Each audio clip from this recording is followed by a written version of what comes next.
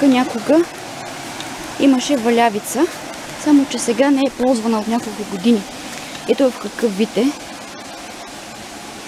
Аз сега ще я почистя. Идната седмица сметам да дойда с един яхтен лак, една четка и да я възстановя доколкото може. И тръбата да видя как ще успея да се кача там горе и да пусна водата евентуално.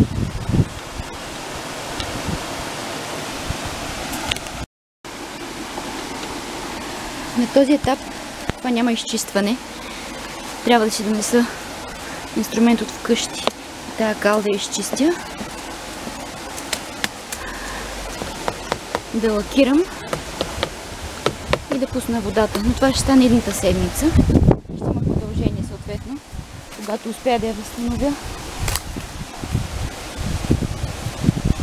И с благодарности на Аполон за идеята въобще за тая валявица, защото аз бях забравила за нея. Преди няколко години съм идвала и тогава работеше. И бабите идваха тук да перат. Но отдавна не работи и вече е съвсем в западнало състояние. И много ще се радвам, ако мога да я възстановя. И така. Намира се в задната част на воденицата. Това е воденицата в нашето село.